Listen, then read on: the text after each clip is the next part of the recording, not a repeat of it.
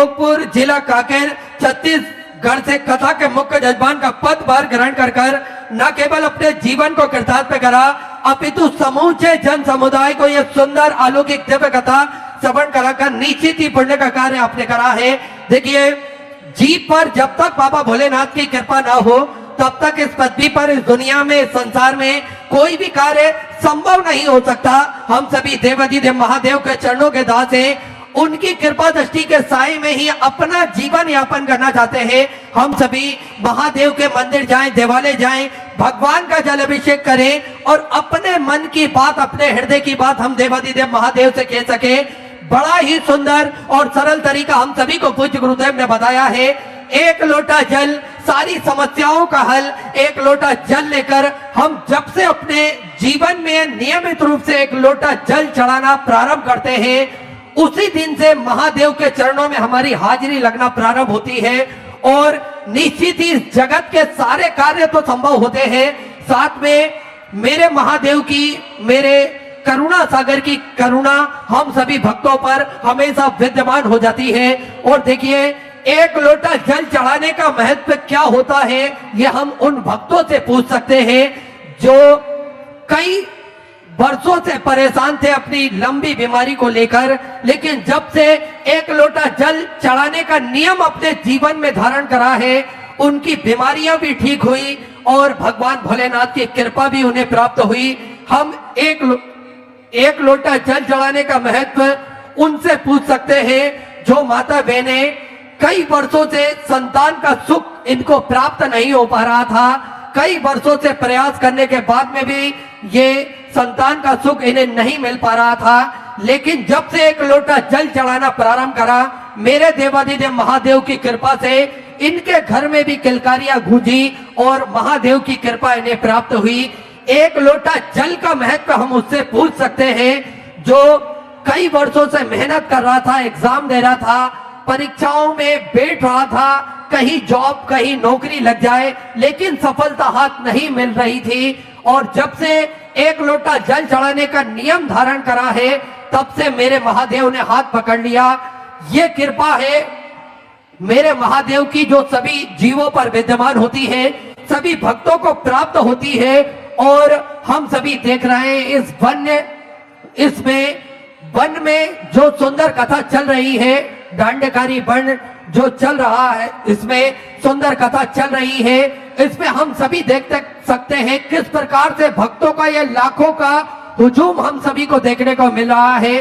तो कहीं ना कहीं मेरे देवाधिदेव महादेव की कृपा सभी भक्तों पर विद्यमान हुई होगी, तभी ये लाखों की, करोड़ों की संख्या में भक्त यहाँ पहुंचे हैं और कथा अमृत का लाभ लेकर अपने जीवन को कृतार्थ में कर रहे हैं, आनंद में कर रहे हैं। देखिए, ये वनवासी क्षेत्र में ये कथा चल रही है। वनवासी लोग सभी मिलजुल कर इस कथा अमृत का लाभ ले रहे हैं, अपने जीवन को कृतार्थ में कर रहे हैं, आनंद में कर रहे हैं। यहाँ की प्राकृतिक सौंदर्यता हम सभी को देखने को बनती है, इतना सुंदर माहौल, और इसके बाद में मेरे देवाधिदेव महादेव का यहाँ आगमन हुआ।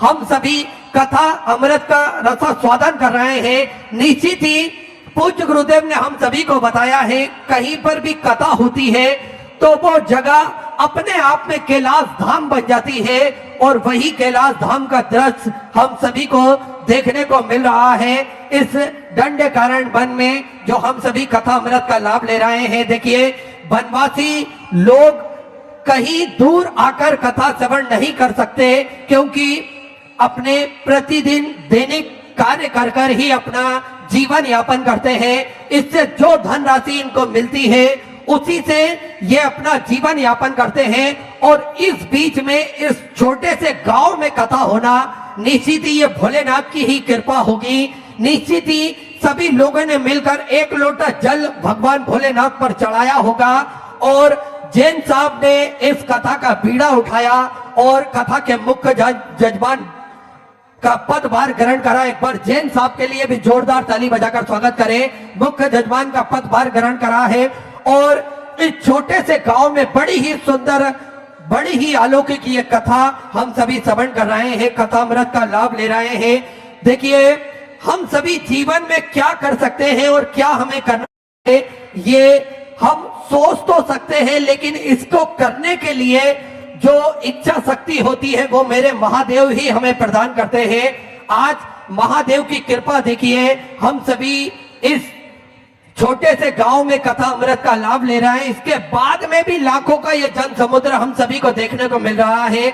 तो कहीं ना कहीं मेरे देवादिदेव महादेव ने हम सभी को कुछ ना कुछ अवश्य प्रदान करा होगा, जो इस छोटे से गांव में, जंगल में हम कथा अमृत का लाभ लेकर अपने जीवन को कृतार्थ कर रहे हैं, आनंद में कर रहे हैं। देखिए कौन आता है यहाँ पर, लेकिन ये महादेव की कृपा होती है, तब हम जंगल में भी पहुंच जाते हैं भगवान के नाम का मंगल ग्रहण करने के लिए। तो ये वही जंगल का आनंद लेते हुए, कथा अमृत का लाभ लेकर अपने जीवन को कृतार्थ में करते हुए आज कथा के हम सभी छठवें दिवस में प्रवेश करेंगे। और देखिए मेरे महादेव की कृपा कितनी दयालु, कितने करुणा निधि होते हैं मेरे महादेव, जो भक्तों को सब कुछ प्रदान कर देते हैं। एक लोटा जल का नियम हम सभी को पूज्य गुरुदेव ने बताया है, और उस जल के माध्यम से हम सभी ने देखा किस प्रकार से हमारी सारी समस्याओं का निदान तो हुआ है, साथ में मेरे महादेव की कृपा भी हम सभी भक्तों पर विद्यमान होती है, हम सभी को मिलती है। और किसी ने कहा है, कहू ना को सुख दुख कर दाता, निज कृत कर्म भोगू सब भ्राता। अर्थात इस संसार में कोई भी किसी को सुख दुख देने वाला नहीं है, सभी अपने किए हुए कर्मों का फल ही भोगते हैं।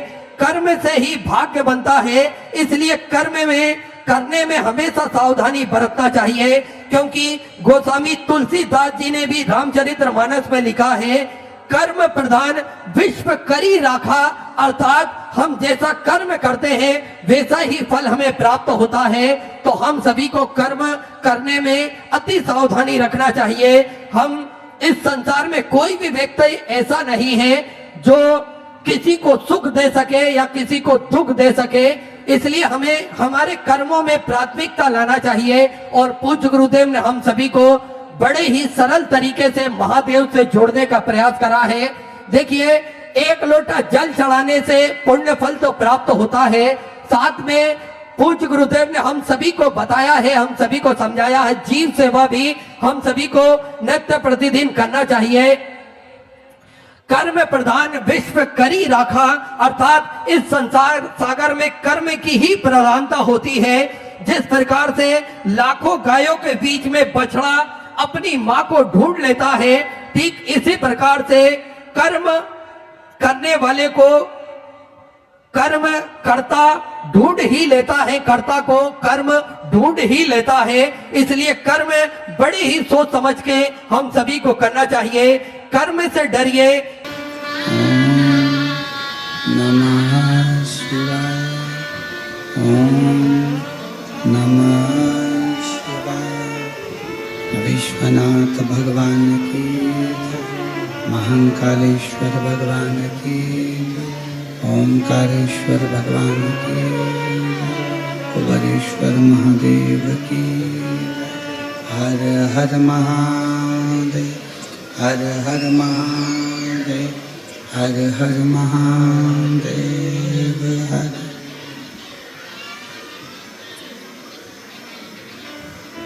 काशी विश्वनाथ पुनीत पावन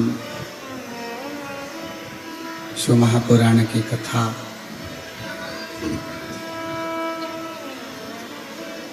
भगवान देवादिदेव महादेव की कृपा से, उनकी करुणा उदारता से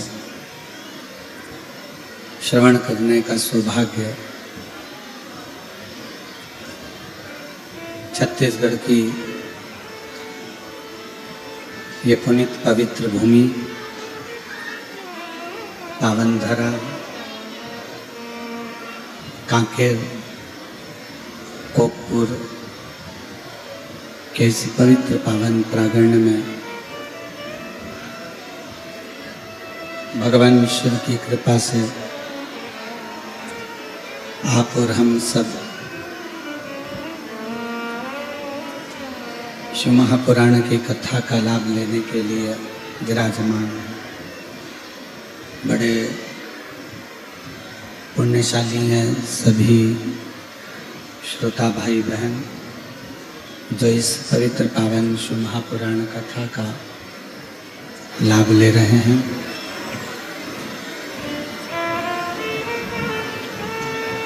कथा के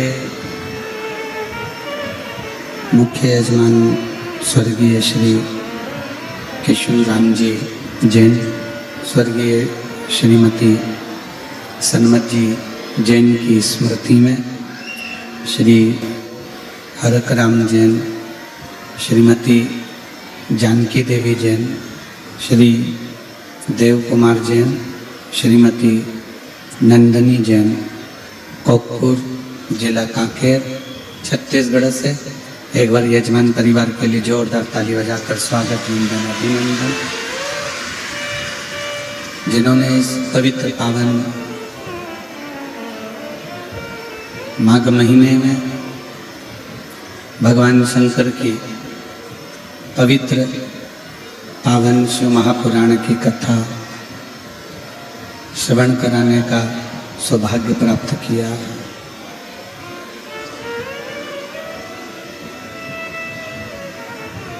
शिव केवल एक शिवपिंडी के रूप में नहीं रहते हैं।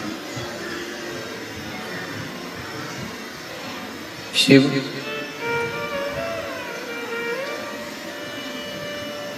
मानव के शरीर में श्वास के रूप में भी विराजमान रहते हैं।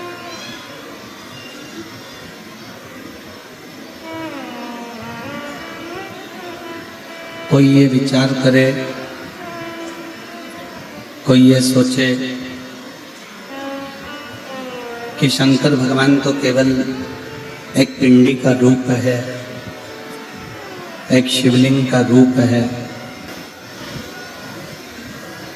तो इस विचार को छोड़ दें और ये मानकर चले कि शंकर जैसे एक शिव पिंडी के रूप में विराजमान है या शिवलिंग के रूप में विराजमान है,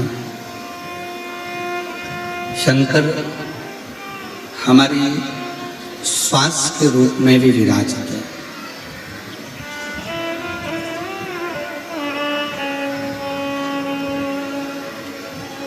शिव महापुराण की कथा एक बात कहती है कि जितनी श्वासें मनुष्य की चलती हैं, जितनी जितनी श्वास आपकी और हमारी चल रही है, प्रत्येक श्वास में शिव समाया हुआ है।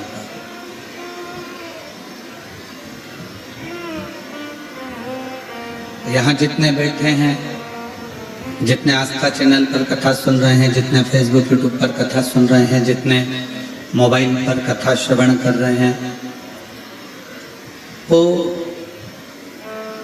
अपने भीतर एक बात को उतार कर रख लें कि शिव सब में बैठे हैं। अब ये आपके ऊपर निर्भर करता है कि आप शिव को कैसे पहचानते हो,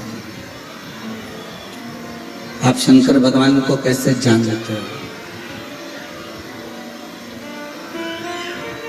शिव तत्व को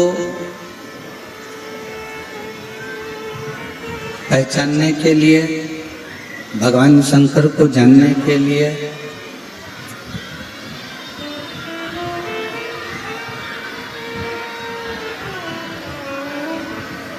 शिव तत्व को जानने के लिए,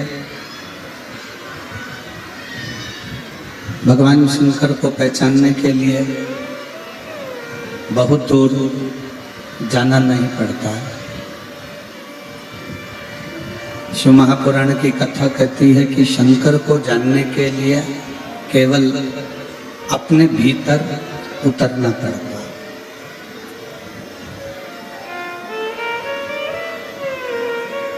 कई लोगों को हमने देखा है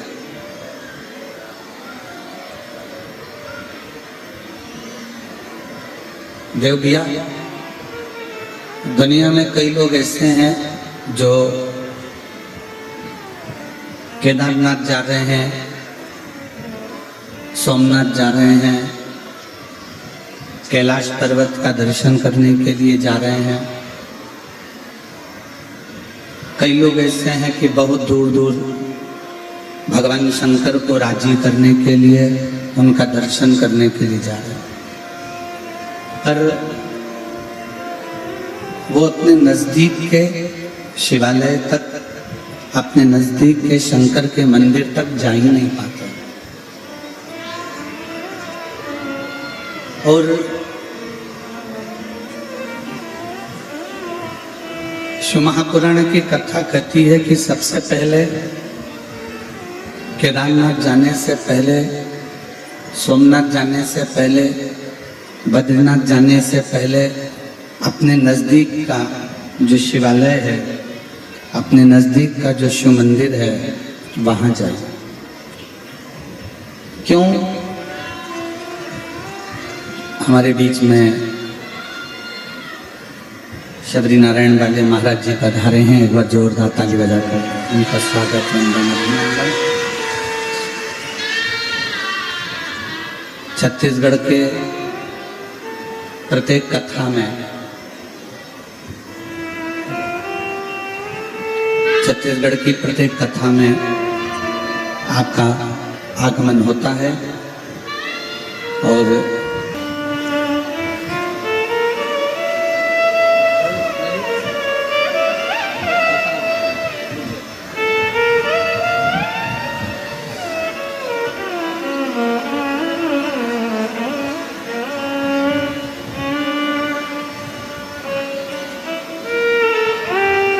कई लोग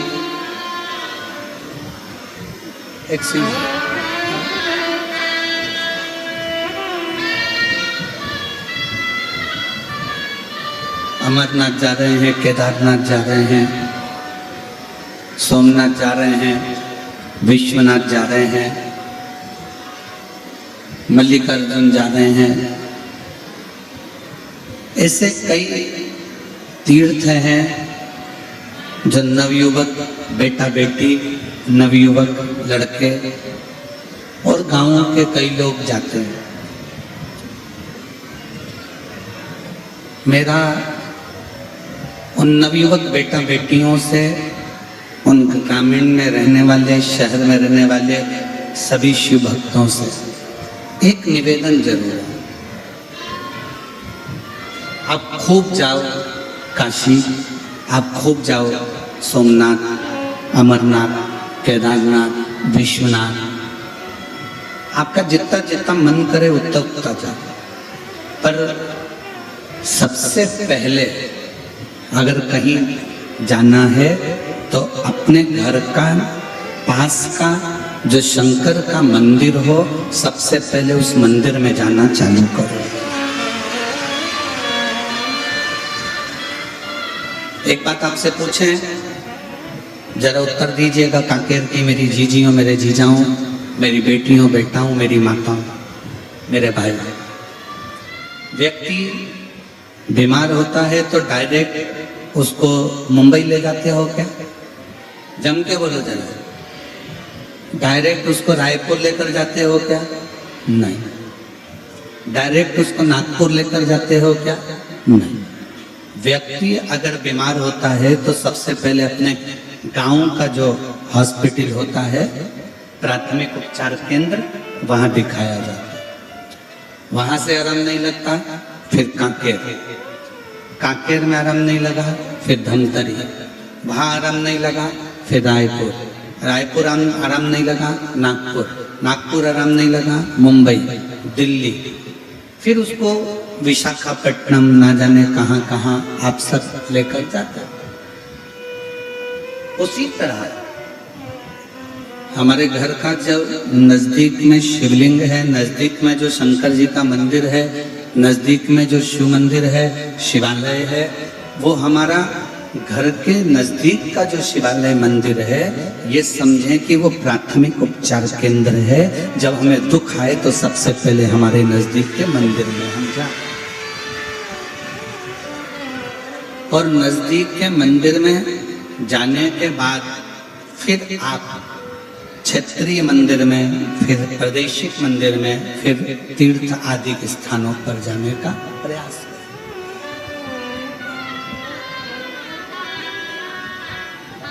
आज कई बेटा बेटी ऐसे हैं, कई लोग ऐसे हैं कि वो सीधे कहाँ जा रहे हो तो कहा हम अमरनाथ जा रहे हैं, कहाँ जा रहे हो हम केदारनाथ जा रहे हैं। अब तुम अमरनाथ तो जाओ, केदारनाथ तो जाओ, पर कभी अपने घर के नजदीक के शंकर के मंदिर ही नहीं गए।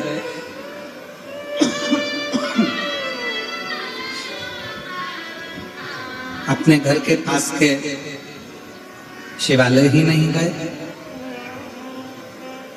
घर के नजदीक में भगवान शिव की चौखट पर ही नहीं गए, तो फिर अमरनाथ, केदारनाथ, सोमनाथ, मल्लिकार्जुन कहीं पर भी जाओगे तो शिव से मिलने में देरी लग सकती है।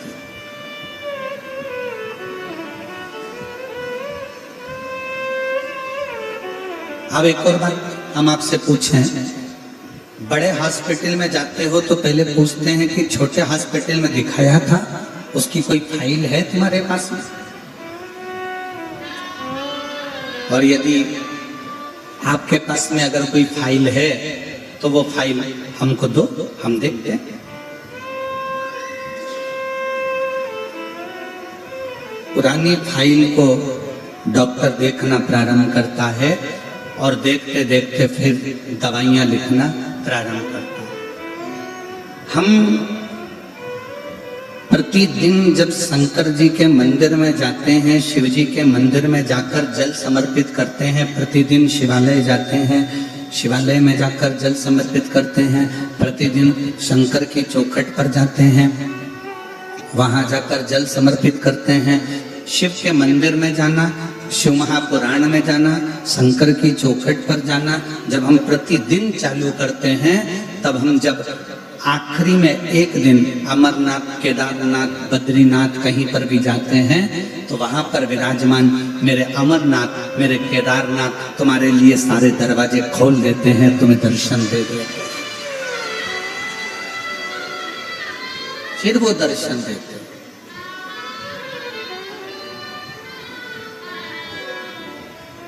आप विश्वास के साथ में शिव मंदिर जाओ।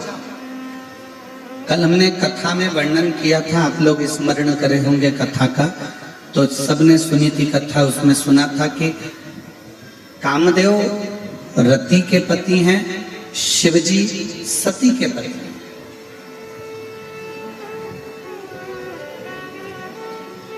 और कामदेव शंकर भगवान को चुटकी में लेने का विचार कर रहे थे कि मैं उनकी समाधि तो यूं तोड़ दूंगा।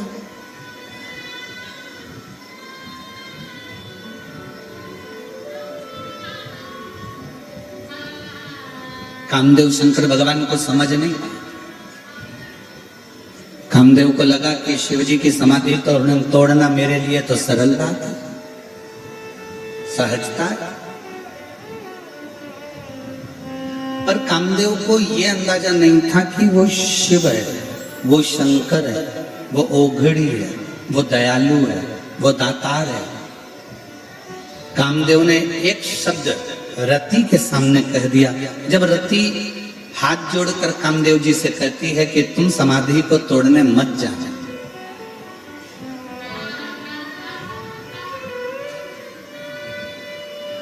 तुम समाधि को तोड़ने मत जाना। कामदेव ने पूछा क्यों? रति कहती है मैं जानती हूं शंकर भगवान को। रति कह रही है कि मैं शंकर भगवान को जानती हूं, वो मेरे जीजा लगते हैं, मेरी बहन सती का विवाह उनके साथ हुआ है, वो मेरे जमाई लगते हैं, मेरी बहन बिहाई है, मेरे बहनोई लगते हैं, मैं उनको अच्छे से जानती हूं।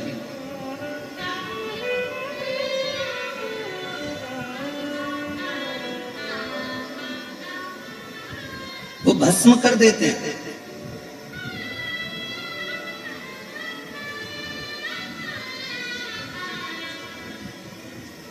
कई लोग एक प्रश्न खड़ा कर देते हैं, कई लोग कहते हैं कि शंकर भगवान को गुस्सा आता है तो शंकर भगवान भस्म कर देते हैं।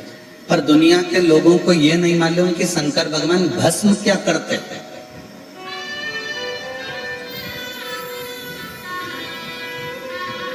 कड़प, शंकर भगवान का एक भक्त कड़प भील, वन में रहने वाला, वन में विचरण करने वाला, शंकर जी को ले जाकर मुंह में पानी भरकर चढ़ा देता है तो भी मेरे शिव उस पर क्रोध नहीं करते, उसको भस्म नहीं करते। मेरे शिव उसको भस्म नहीं करते,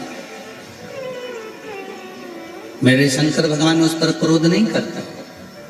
कड़प अपने पांव के जूते से मंदिर पे पड़े हुए फर्श साफ कर देता है तो भी मेरे शंकर भगवान उस पर क्रोध नहीं करते।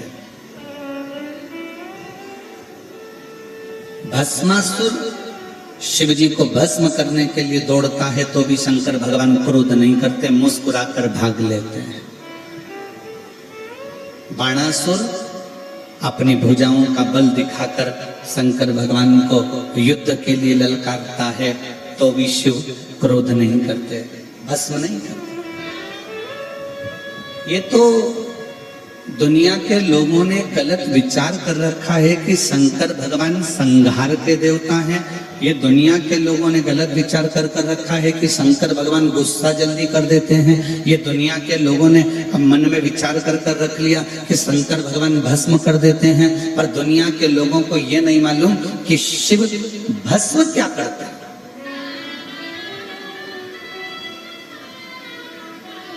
शिव क्या भस्म करता है।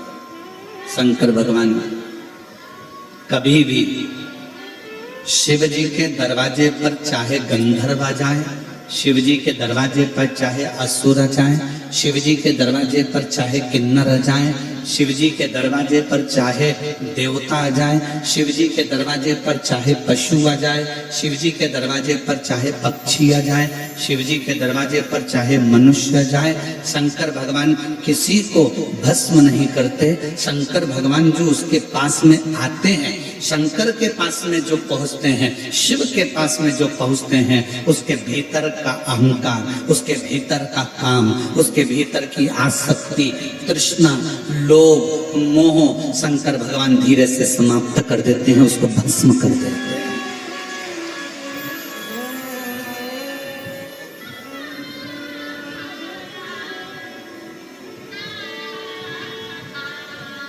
रायपुर में कथा थी, देवांगन परिवार कथा करवाई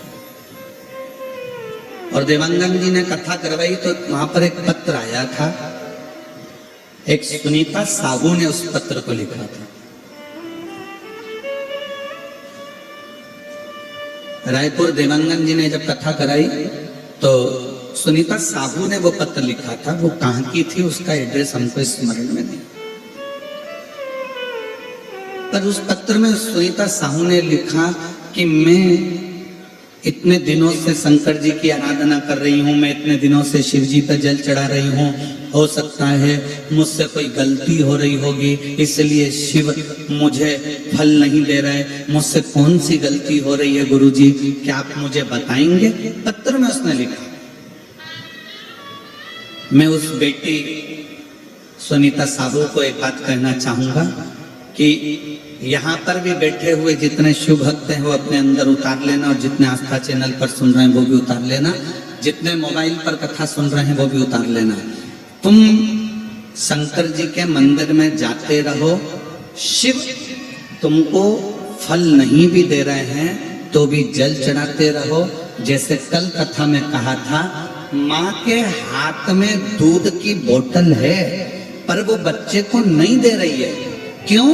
क्योंकि माँ चाहती है कि बोतल का दूध ठंडा हो जाए तब मैं बच्चों को दूंगी।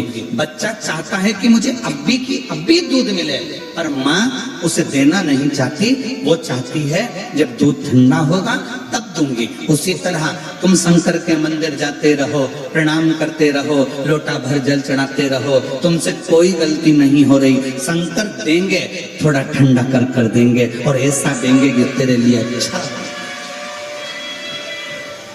जो तेरे लिए श्रेष्ठतम हो, जो तेरे लिए अच्छा हो मेरे शिव, वो तुझे दे,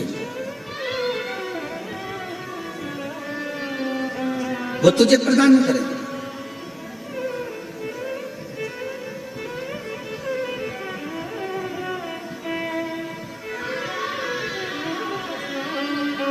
शिव देने में देरी नहीं करते, शंकर देने में देरी नहीं करते।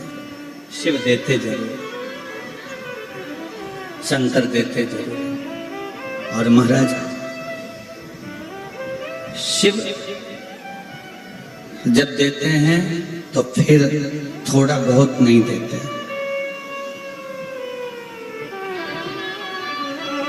मेरे शंकर भगवान जब देते हैं तो थोड़ा बहुत तो देते ही नहीं।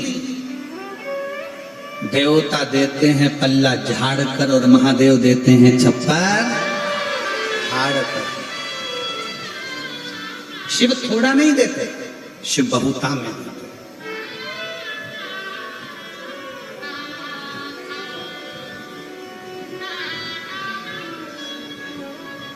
और मैंने तेरे ही भरोसे बाबा, तेरे ही भरोसे हवा बिच उड़ती जावे बाबा, डोर तो छड़िया मैं कटी जावांगी। भोले मैं तेरी शंभो मैं तेरी हवा बिच उड़ती जावांगी बाबा, डोर तो छड़िया मैं कटी जावांगी। शिव थोड़ा नहीं देते, शिव बहुता में देते।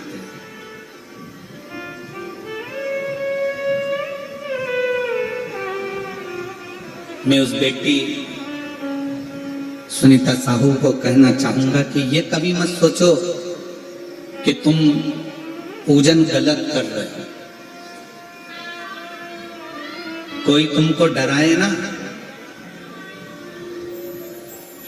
कोई तुमको डराए, तुमने तो सिर पे त्रिपुंड लगाया ही नहीं, तुमने तो भस्म का तिलक लगाया ही नहीं, तुमने तो गले में रुद्राक्ष पहना ही नहीं, तुम शंकर जी के मंदिर में जाके एक लोटा जल चढ़ाने लगी, तुम शंकर जी के दरवाजे जाने लगी, तुमने शंकर जी के मंदिर में गलत दिशा से जल चढ़ा दिया, तुमने शंकर जी के मंदिर में बेलपत्र गलत चढ़ा दी, तुमने शंकर जी को ऐसा कर दिया। कोई तुमको डराए तो डरना मत। क्यों? शंकर भगवान के जितने गण हैं, शिव जी के जितने भक्त हैं, वो अड़भंग है।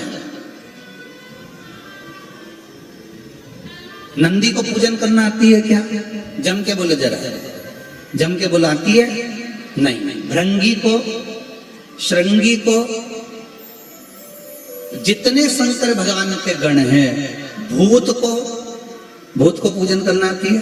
प्रेत को, पिशाच को, डाकनी को, किसी को पूजन करना नहीं आती, तो भी वो शंकर जी के पास में है। क्यों? क्योंकि शंकर भगवान की कथा कहती है, कोई कैसे भी मुझे भज ले, शिव कहते हैं मैं उसको अपने करीब में लेकर आ जाता हूं, अपने साथ लेकर, अपने नजदीक लेकर।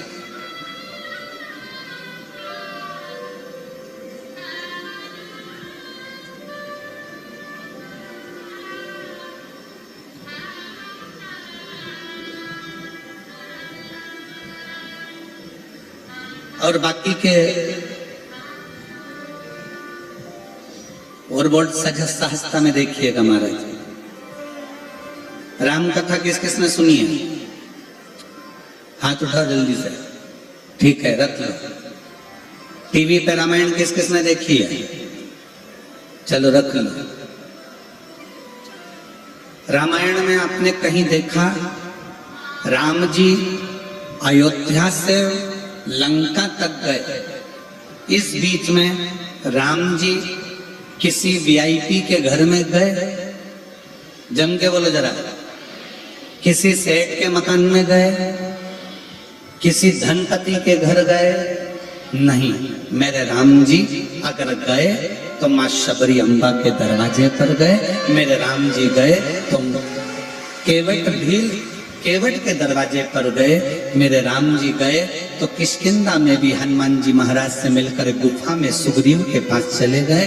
और मेरे राम अगर गए तो पूरे वन क्षेत्र में जो संत थे, जो साधु थे, जो सन्यासी थे, जो तपस्वी थे, जो साधक थे, जो उपासक थे, उनके पास गए। और दंडकारण्य वन में निवास करने वाली मेरे कांके क्षेत्र के इस बस्तर की मेरी जीजियों, मेरे जीजाओं, मेरी बेटियों, मेरे बेटाओं, मेरी माताओं, मेरे राम जी किसी सेठ के घर नहीं गए। मेरे राम जी इस दंडकारण्य वन में तुम्हारे पास में जरूर आए। मेरे राम जी तुम्हारे तक जरूर।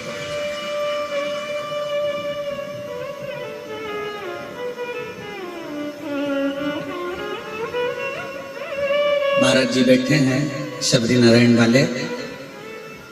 महाराज जी का शबरी नारायण का धाम ऐसा है कि उसका तो वर्णन हमारे यहाँ शास्त्रों में भी आता है कि उस शबरी नारायण में तो स्वयं राम जी रात्रि का विश्राम किया। महाराज जी राम जी रात्रि विश्राम किया शबरी नारायण, उसकी साधु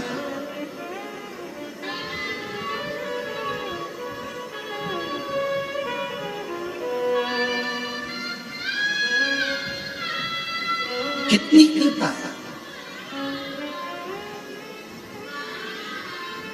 दुनिया के लोग धन देखकर आते हैं, मेरे राम और शंकर मन देखकर आते हैं। दुनिया के लोग अगर आपके पास में आएंगे, आपसे मिलने आएंगे तो आपका धन देखेंगे, संपदा देखेंगे, गाड़ी देखेंगे, बंगला देखेंगे, आपका वैभव देखेंगे, आपका धन देखेंगे।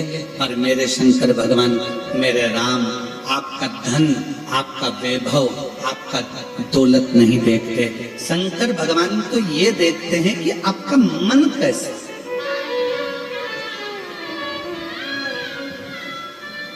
आपका हृदय कैसे।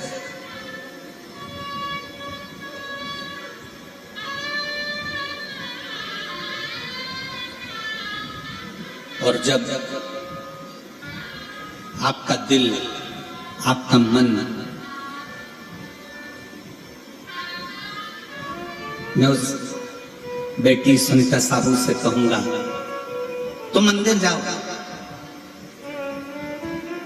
कोई महाराज तुमसे कह दे कि शंकर जी पे चढ़ा हुआ जल मत छीटो, तुम छीटो। कोई महाराज जी कह दे कि शंकर जी पे चढ़ी बेलपत्र मत खाओ, तुम खाओ।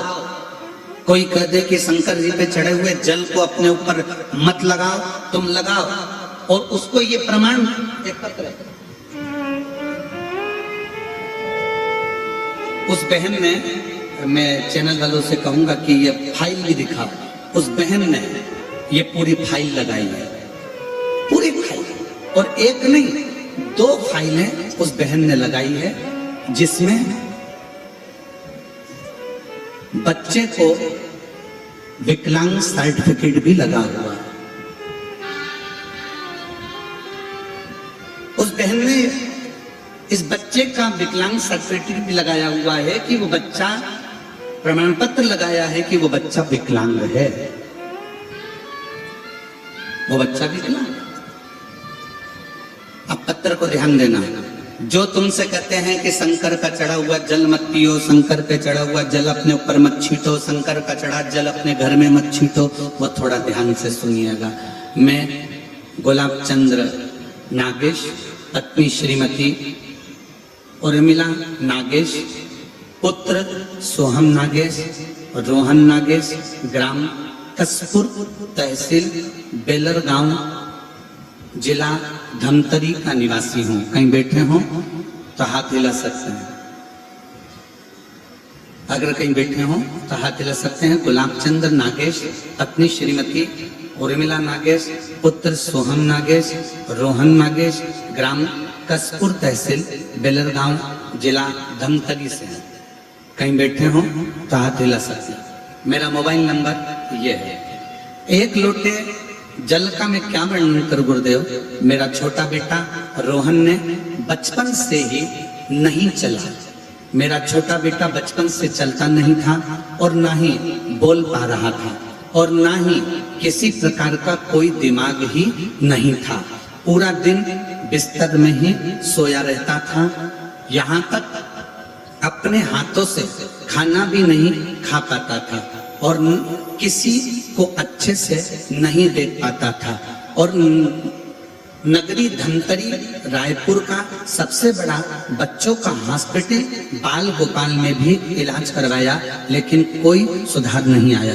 डॉक्टरों के द्वारा ब्रेन की समस्या थी, जिसके कारण इसको विकलांग का प्रमाण पत्र दे दिया गया। बच्चा विकलांग है, उसका प्रमाण पत्र दे दिया। बिस्तर पर पड़ा रहता, न खाता हाथ से, न देखता, न सुनता, न समझता, न अपने हाथों का प्रयोग करता। धीरे धीरे वो इलाज कराते कराते हम थक गए, पर उसको ठीक नहीं हुआ। तब अचानक से किसी ने कहा कि मोबाइल पर कथा सुनो। हमने 3-4 महीने तक सुना, भोले बाबा पर विश्वास कर सन 2023 सावन के महीने लास्ट सोमवार के दिन चारों परिवार शिव मंदिर एक लोटा पानी बेलपत्र लेकर जाते और शिव जी पे चढ़ा हुआ जल बच्चे के हाथ पर हाथ लगवा के चढ़ाते और बच्चे के शरीर को लगाते। बच्चे को पानी पिलाते, बच्चे को बेलपत्र खिलाते और उसके हाथों पर भी वो जल लगाते। आज मैं विश्वास करके बाबा के मंदिर में कह दिया, बाबा ये तुम्हारा बच्चा है, तुमने औलाद दी है, इसको कम से कम इतना तो कर दो कि ये थोड़ा बहुत चल सके। ना हाथ से खाना खाए, ना समझे, पर चले तो सही। बाबा ये पलंग पर पड़ा रहता है, उठ नहीं पाता है। बाबा का चढ़ाया हुआ जल रोज मंदिर से लाकर देना प्रारंभ करा। हम रोज बच्चे को जब पानी लगाते शरीर पर प्रार्थना करते। 22/10/2017 में इस बच्चे का जन्म हुआ। कब हुआ था? 2017 में। अभी क्या चल रहा है? 2025। अब इतने साल तक वो बच्चा ना हिल सकता था, ना बैठ सकता था, ना कहीं जा सकता था। जल चढ़ाने का असर ये हुआ कि बाबा की कृपा से मेरे बच्चे ने चलने का प्रयास करा और आज मेरा बेटा चलने लगा। आज मेरा बेटा चलने लगा। मैं बाबा को धन्यवाद देती हूँ। आज मेरा बेटा थोड़ा थोड़ा बोलने लगा। मैं बाबा को धन्यवाद देती हूँ। आज मेरा बेटा थोड़ा थोड़ा समझने लगा। मैं अपने बच्चे को लेकर इस कथा के पंडाल में आई हूँ और मेरा बेटा अब थोड़ा थोड़ा चलने लगा है। मैं बाबा को धन्यवाद देने के लिए आई हूँ। जहाँ प्रमाण पत्र दे दिया जाए कि ये बच्चा विकलांग है, पलंग पर पड़ा रहता था। कहीं बैठे हो तो बच्चे को आप व्यासपीठ पर ला सकते हैं, अगर कहीं बैठे हो। जो तुमसे कहे कि शंकर पर चढ़ा हुआ जल मत पियो, उसको ये फाइल दिया। जो तुमसे कहे कि शंकर पर चढ़ी बेलपत्र मत खाओ, उसको ये फाइल दिया। और जो प्रमाण पत्र इसमें लगा है बच्चे के विकलांग का, वो भी उसको दिया कि ये बच्चे के विकलांग का सर्टिफिकेट उसको लगा कर दिया गया। और तो आज मेरा बच्चा 6 साल 7 साल 17 में जन्म हुआ, 25 चल रहा है। 6-7 साल के बाद आज मेरा बेटा चलना भी प्रारंभ हुआ, समझना भी प्रारंभ हुआ और बोलना भी प्रारंभ हुआ।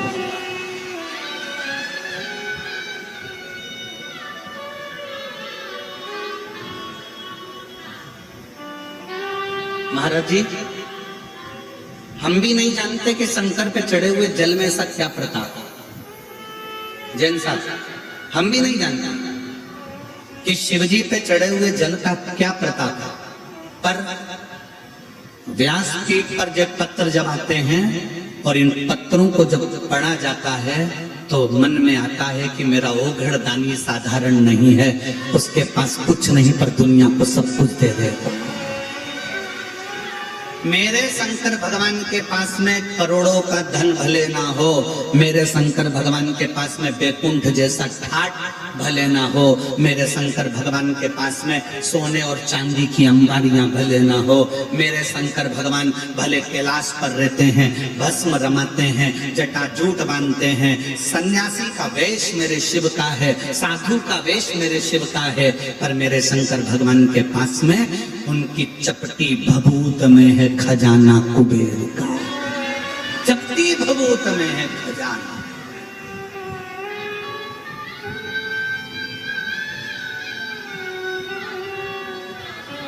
जब कोई कुबेरेश्वर धाम सीहोर आता है ना,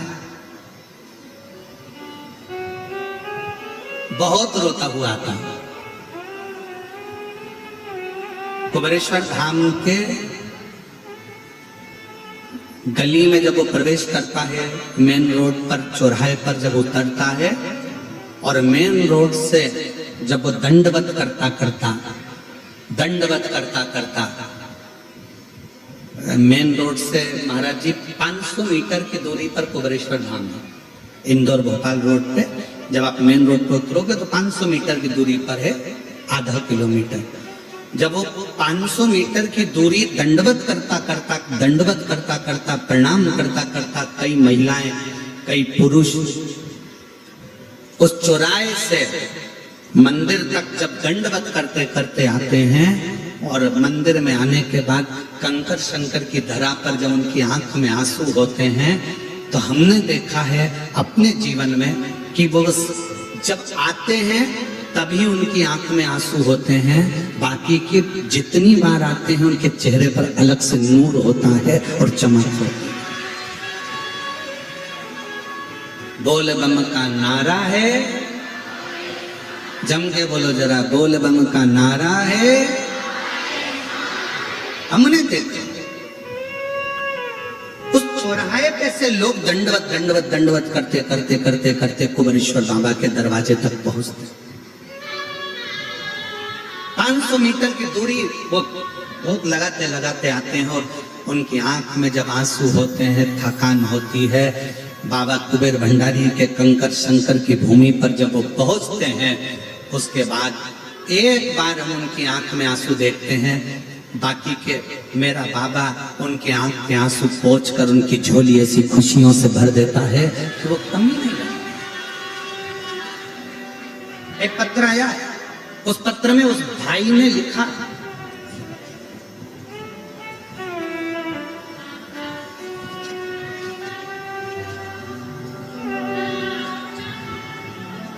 मेरा नाम रेणु ध्रुव है, पति का नाम बालकृष्ण है, मैं दुर्ग की निवासी हूँ, वर्तमान में जिला जेल कांकेर में जेलर पद पर कार्यरत हूँ।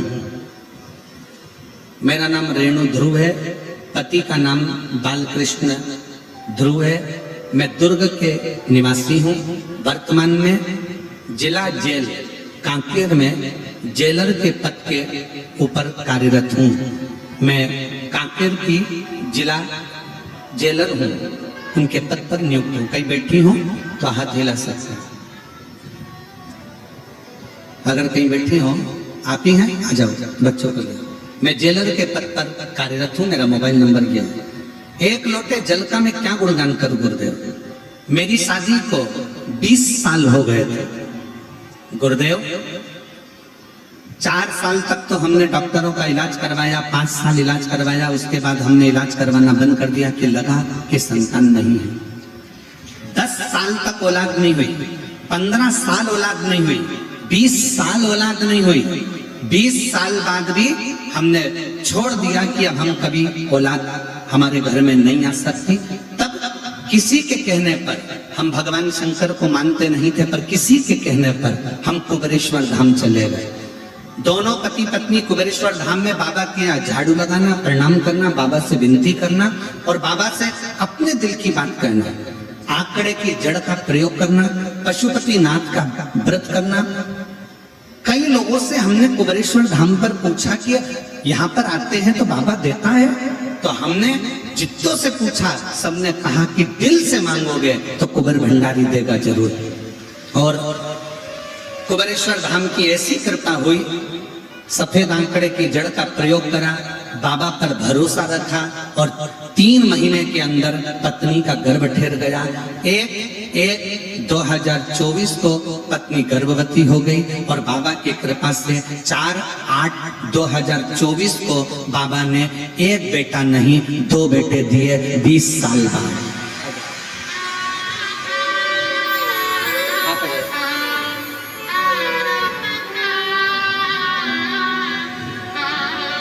ये वो बच्चा है जो पलंग पर पड़ा रहता था, चल नहीं सकता था। डॉक्टर ने कह दिया था इसको विकलांग का सर्टिफिकेट दिया गया है। बच्चा चल नहीं सकता था, अपने हाथ से भोजन नहीं कर सकता था, देख नहीं सकता था, सुन नहीं सकता था, समझ नहीं सकता था और पलंग पर 24 घंटे पड़ा रहता था। आज वो बेटा तुम्हारे सामने चढ़ा।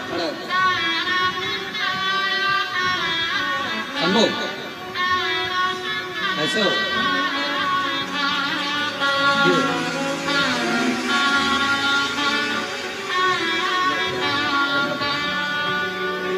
पहले हाथ से खाना नहीं खा सकता था, अब दोनों हाथ से बेलपत्र पकड़ा है। एक बार जोरदार ताली बजाओ इस बालक।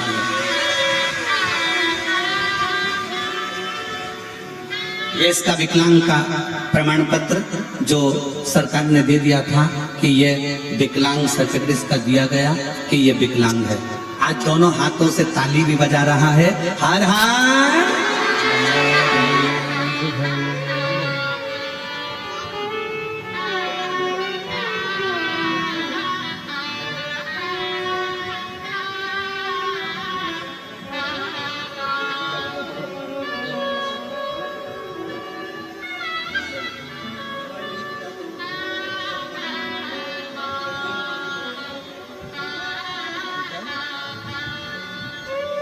चलाते हुए कर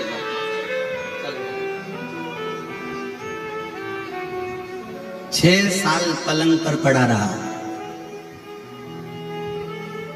छोड़ दो। हम तो बाबा के भरोसे, हम तो बाबा के भरोसे। मेरा नाम रेणु ध्रुव है, पति का नाम बालकृष्ण ध्रुव है। 20 साल तक औलाद नहीं हुई, सारे डॉक्टरों का इलाज करवाया पर संतान का सुख नहीं आया। हार कर कुबेरेश्वर बाबा के यहाँ पहुंच गई, वहीं पर प्रणाम कर कर बाबा से वर लेकर आई। 20 साल के बाद बाबा ने चप्पर फाड़ कर 2 बेटे दिए।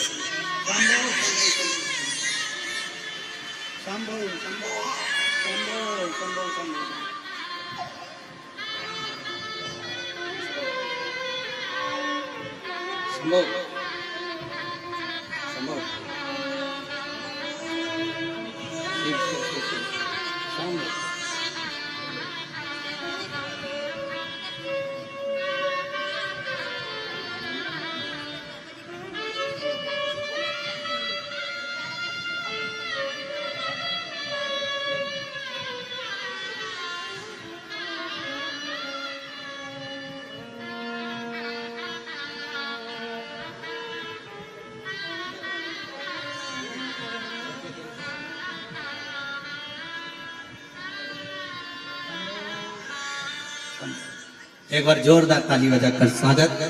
20 साल के बाद बाबा ने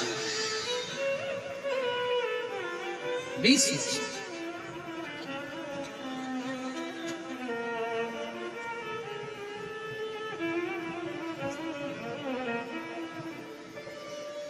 और लुटा दिया भंडार काशी वाले ने, कर दिया माला काशी वाले। जो जैसी भावना लाया वो वैसा ही फल पाया। जो जैसी भावना लाया वो वैसा ही फल पाया, नहीं खाई उसे लौटाया, वो मन नहीं मन हर्षाया, और कर दिया माला काशी वाले लुटा दिया भंडार काशी वाले, लुटा दिया भंडार काशी वाले, कर दिया माला माल काशी वाले। पत्र में उस बहन ने लिखा कि 20 साल तक संतान नहीं हुई, भगवान पे से भरोसा उठ गया था, पर आपकी शिव पुराण ने हमारे अंदर फिर ऊर्जा दी और हमें लगा कि पूरे विश्व में कोई ऐसा धाम है, कुबेरेश्वर धाम, जहां पहुंचकर मुराद पूरी हो सकती है। हम पहुंच कोई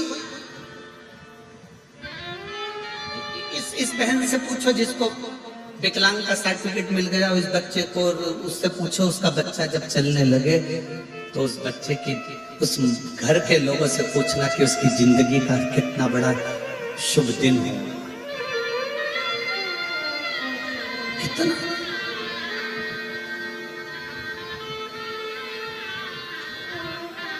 आओ कुबेरेश्वर धाम पर जब भी आओ, अपना अहंकार घर छोड़कर आओ, वहां का कंकर उठाओ, विनय करो, पूजन करो, निवेदन करो, और उस कंकर को रखकर एक कंकर लेकर आ जाओ, प्रार्थना कर कर के तुझे चलकर मेरा दुख काटना है।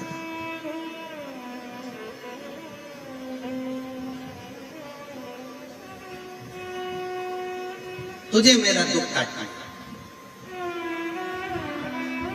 और हमारा निमंत्रण है सभी शिव भक्तों को 25 फरवरी से 3 मार्च तक बाबा का रुद्राक्ष महोत्सव की कथा का लाभ ले और अपने जीवन को सार्थक बना बाबा के धाम।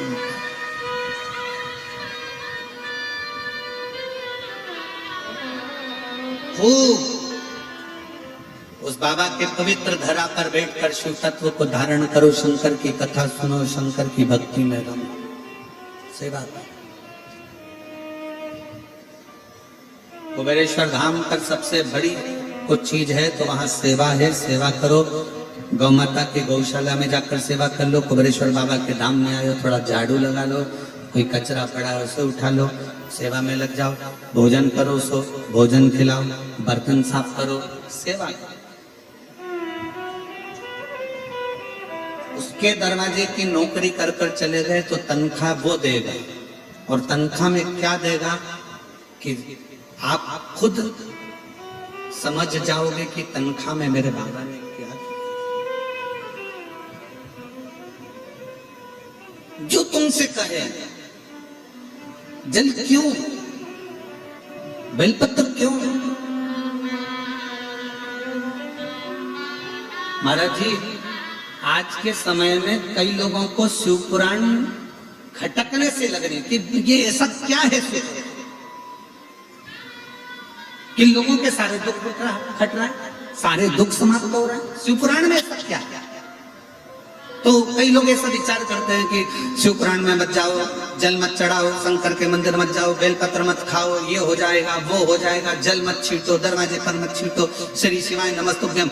हम तो आप लोगों से कहेंगे जिसके घर के दरवाजे पर श्री शिवाय नमस्तुभ्यम चिपका है, लगा है, लिखा है, वो घर आपका नहीं है, स्वयं शंकर का है, वो संभालेंगे। आपका नहीं है, और शिव का घर।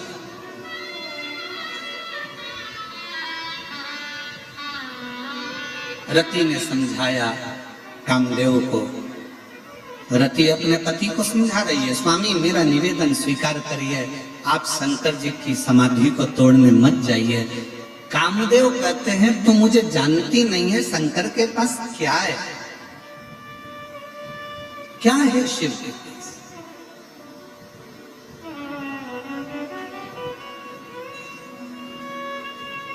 शिव जी के पास क्या है? कुछ नहीं। शंकर के पास में कुछ नहीं।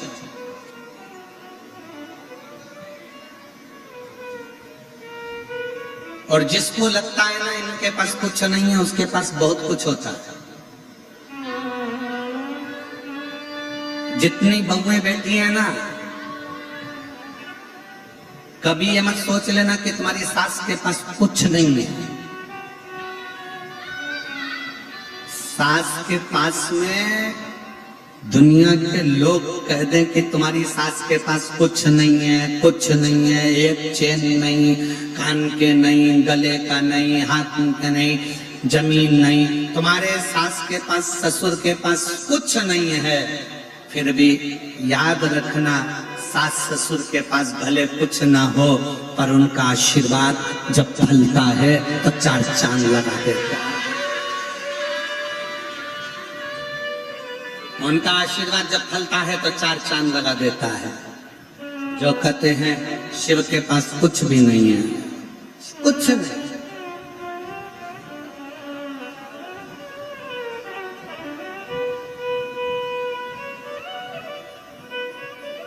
मेरे भोले बाबा के गले में सांप है, मेरे भोले बाबा के गले में सांप है, और सांप को देख के सपेरा मत समझो, मेरे भोले बाबा को अनाड़ी मत समझो। मेरे शंकर भगवान को ये मत समझना कि ये सफेरे हैं।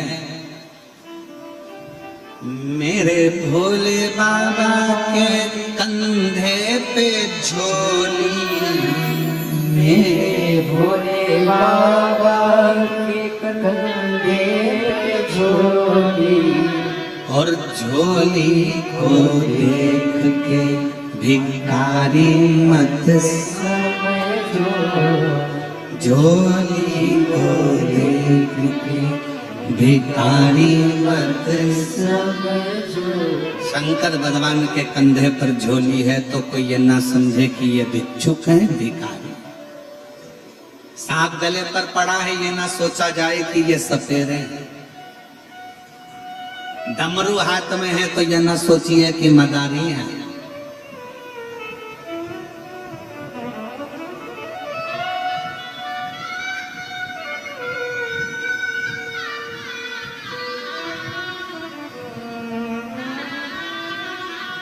शिव साधारण नहीं। रति कह रही है अपने पति कामदेव से, मेरी बात मान लो, शंकर को सहज मत समझो।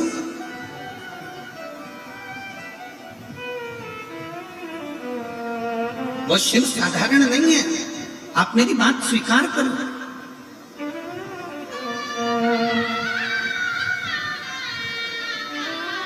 शंकर कौन?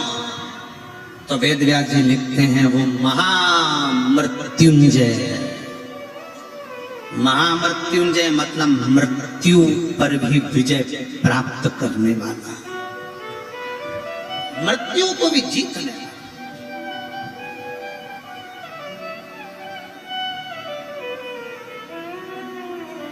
हमें हरियाणा के सिरसा की कथा का स्मरण है।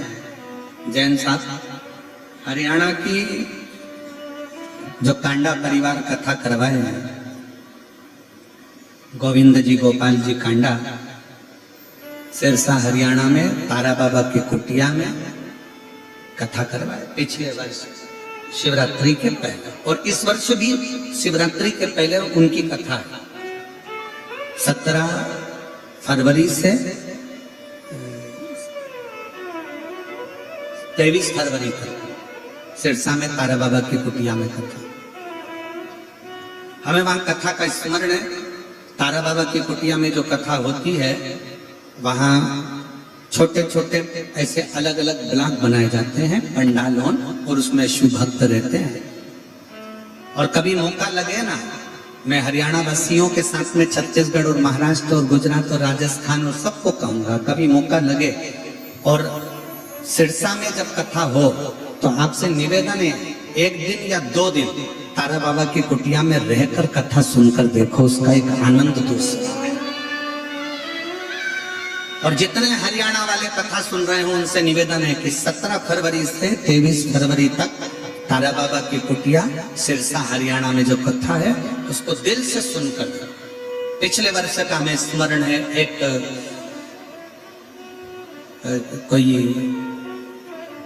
महिला जिसके 2 लड़के जुड़वा हुए, और 2 लड़के जुड़वा हुए, और जुड़वा होने के बाद समय निकलने के बाद में उसका गर्भ ठेक गया। गर्भ में फिर बच्चा, और गर्भ में बच्चा आया और डॉक्टरों ने कह दिया कि ये बच्चे के नेत्र नहीं बने और ये बच्चा पूर्ण तरह से नहीं है, इस बच्चे का तुम अवश्य। ये उस महिला की कथा है, और वो हरियाणा की रहने वाली। जब वो उस बच्चे को, जो तीसरा बच्चा था, उसको लेकर वहां आई थी, तो वो रो रो कर कहती है कि मेरे बच्चे को कह दिया गया था कि ये बच्चे के आंख नहीं है और ये बच्चा पूर्ण स्वस्थ नहीं है, इसका अवर्षण कर दो। पर 7वें महीने में मैं बच्चे को कैसे गिराऊं, तो बच्चे को जन्म दिया बाबा के भरोसे, और उस बच्चे को लेकर आई थी जिस बच्चे के दोनों नेत्र भी थे और पूरा शरीर स्वस्थ था, और डॉक्टर ने कह दिया ये बच्चा पूर्ण तरह से स्वस्थ, पूर्ण स्वस्थ।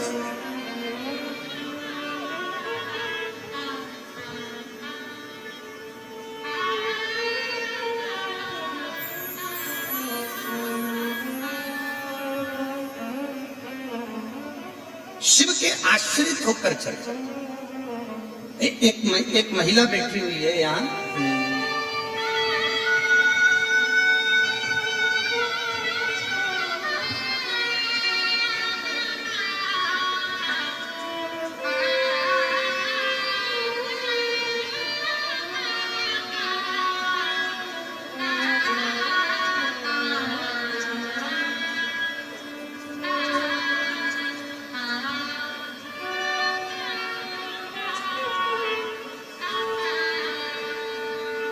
मैं सुनील नागवानी, ग्राम चारमा, जिला कांकेर का निवासी हूँ। मेरा मोबाइल नंबर ये है, कहीं बैठे हो तो हाथ हिला सकते हैं, आप ही हैं, आ जाइए, एक बेलपत्र ले जाइए। मैं सुनील नागवानी, ग्राम चारमा, जिला कांकेर का निवासी हूँ। शिव कृपा का क्या वर्णन करूं गुरुदेव, यह शब्दों में नहीं कह सकता। 3 बार मुझे कैंसर हुआ और मुझे ऑपरेशन 2017, 2018, 2019 में तीसरा ऑपरेशन। 19 के बाद में मुझे फिर कैंसर हो गया। डॉक्टरों ने कह दिया लास्ट स्टेज है, और इस बार आखिरी स्टेज कैंसर की है और अब ये जीवित नहीं रहे। डॉक्टर कहते हैं अब ऑपरेशन की भी कोई गुंजाइश नहीं है, क्योंकि अब ये आखिरी कतार है। तभी मेरी धर्म पत्नी ने, मां ने मुझे डॉक्टर के यहाँ से लेकर आ गए, क्योंकि डॉक्टर ने कह दिया अब तो दुआ के भरोसे है, और महीने दिए 3, मरने के लिए केवल मृत्यु के 3 महीने हैं, 3 महीने में ये चले। करें क्या? धर्म पत्नी भी अड़ गई कि किसी ने कहा है कि शंकर की कथा सुनने से, शंकर पर जल चढ़ाने से, शंकर की बेलपत्र पाने से रोग दूर होता है, वो अकाल मृत्यु को हरता है। मेरा कुबेरेश्वर महादेव, मेरा महाकाल राजा, मेरा शिव। पत्नी ने शिव जी पर जल चढ़ाना प्रारंभ करा, मेरी माँ बेलपत्र लाकर देती और मैंने बेलपत्र खाना प्रारंभ करा।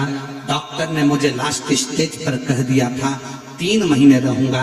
आज मैं बाबा के दरवाजे पर बैठकर कथा भी सुन रहा हूँ, सेवा भी कर रहा हूँ। और मैंने जब दूसरी बार जांच कराई तो मेरी रिपोर्ट नील आ गई और मैं ठीक हूँ कैंसर से। ये शिव तत्व है, ये शंकर है। मेरा नाम सुनील नागवानी, ग्राम चारमा, जिला कांकेर का निवासी हूँ। मेरा मोबाइल नंबर ये है। शिव तत्व किसको कहते हैं?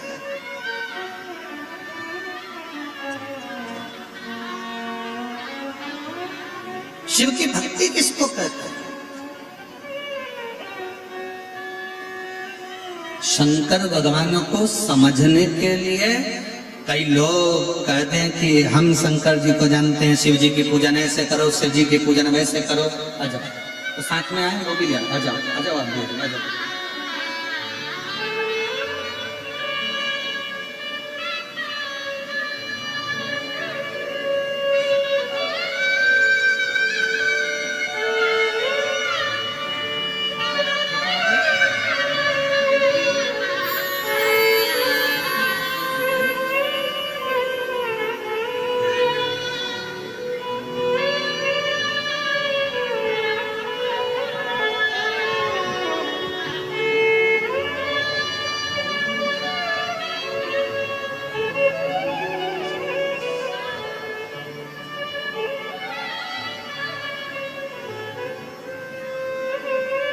जो कहे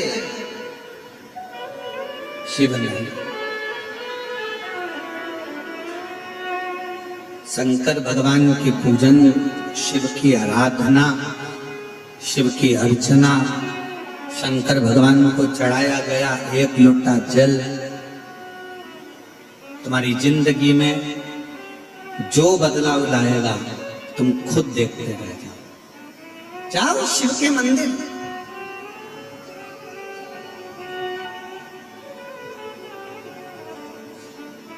अपने गांवों में महिलाएं मिलकर, अपने गांवों में, अपनी सोसाइटी में, अपनी कॉलोनी में, अपने क्षेत्र में, अपने क्षेत्र के अंदर एक शंकर का शिवलिंग, भले मंदिर मत बनाओ पर किसी पेड़ के नीचे रखो, पर गांव में एक शिवलिंग है तो तुम्हारे गांव में कभी कोई बड़ी बीमारी या तकलीफ नहीं आ सकती, दुख नहीं आएगा।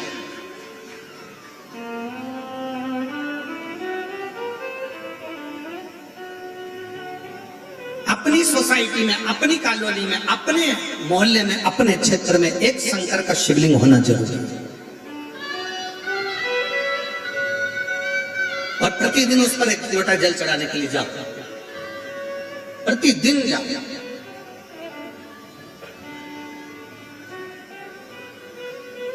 वो खाली नहीं छोड़,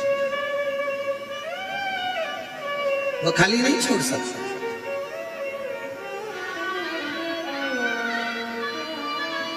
पत्नी ने कहा, रति ने कामदेव से, सुनो जी मेरी विनती को स्वीकार करो। अब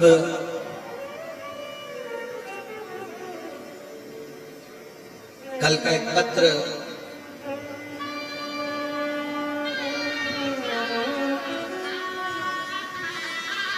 उस पत्र में एक बहन ने लिखा था कि शिवजी के मंदिर कितनी बार जाना चाहिए दिन भर में।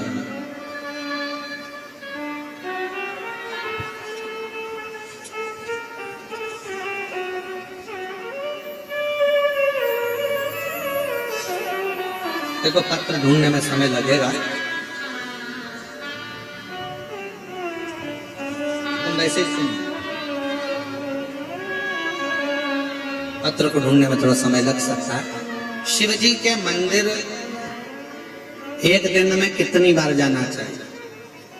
अच्छे से सुन लेना, जितने आस्था चैनल पर सुन रहे हैं, जितने फेसबुक यूट्यूब पर सुन रहे हैं, जितने इस कोकपुर की कथा के पंडाल में सुन रहे हैं।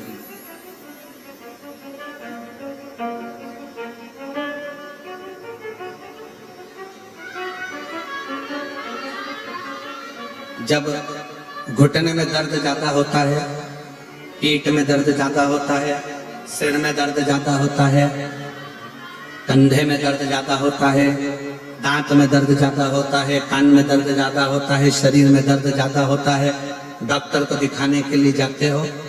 बोलो तो जम के, जाते हो कि नहीं जाते हो? जाना चाहिए। शरीर में अगर रोग है, शरीर में बीमारी है, शरीर में तकलीफ है, सबसे पहले डॉक्टर के पास जाओ, डॉक्टर के पास जाकर इलाज करो। क्योंकि डॉक्टर शिव का एक रूप है, शंकर का एक रूप डॉक्टर को माना जाए। जाओ, डॉक्टर बोले जांच कराओ, जांच करो, डॉक्टर बोले ऐसा करो, वैसा। पर साथ में डॉक्टर को दिखाते दिखाते शंकर के मंदिर में भी एक लोटा जल चढ़ाने रोज जाओ। क्यों? डॉक्टर जो दवाई दे वो हमारे शरीर में लगना प्रारंभ करे और मैं रोग से मुक्त हो जाऊं, रोग से मुक्त हो। अब उस बहन ने लिखा कल पत्र में कि मैं मंदिर कितनी बार जाऊं, तो डॉक्टर दवाइयां लिखते हैं। अब डॉक्टर ने दवाई लिखी, कैसे लिखी? एक दवाई खाली पेट खाना है,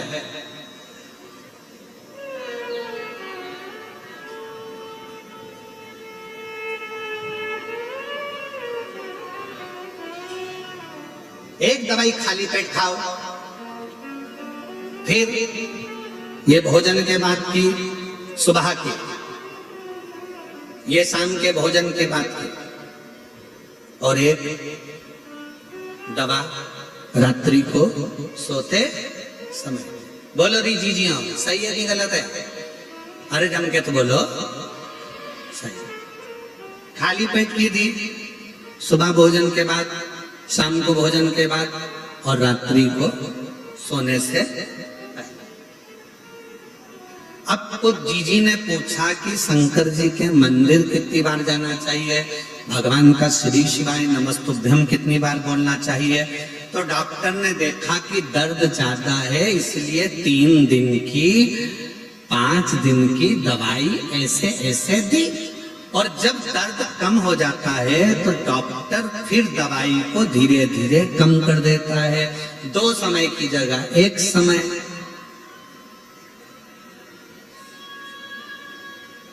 बस दर्द ज्यादा है तो दवाई 3 टाइम लेना पड़ती है, दुख ज्यादा है तो शंकर का नाम भी 3 टाइम लेना प्रारंभ कर दो। दुख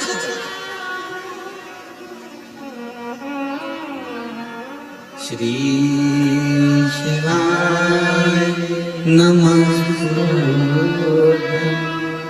श्री शिवाय नमः। सब बोलिए, श्री शिवाय नमः, श्री शिवाय नमः, श्री शिवाय नमः, श्री शिवाय नमः, श्री शिवाय नमः, श्री शिवाय नमः। जपो, सुबह के समय एक बार भगवान का नाम स्मरण करो, एक लोटा जल चढ़ाते समय। भोजन करने के बाद भी भगवान के नाम का स्मरण करिए। शाम को फिर भोजन करो तो नाम का स्मरण करो। सोने से पहले फिर गुनगुना लो, श्री शिवाय नमः, श्री शिवाय नमः, श्री शिवाय नमः, श्री शिवाय नमस्तुभ्यं। मंत्र में बल कितना होता है? एक महिला